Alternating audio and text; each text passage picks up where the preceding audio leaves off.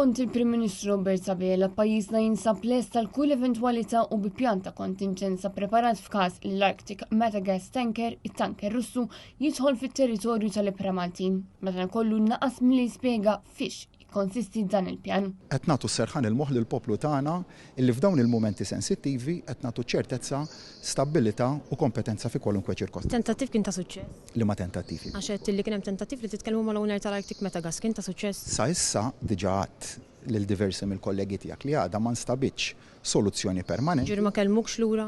Sissa diġà weġibt lill-kollegi tiegħek li għad ma kenniex soluzzjoni permanenti. F'konferenza stampa l-Prim Ministru qal li t-tanker jinsab 54 mil nautiku lilin minn Malta u għalhekk fiż-żona tas-Search and Rescue ta' Malta imma barra mill-ibħra territorjali Maltin. Kollox jindika li t-tanker qiegħed iġorr fuqu mijiet ta' tonnellati ta' żejt u l-Gvern Malti qed jitlob l-għajnuna mill-alleati internazzjonali.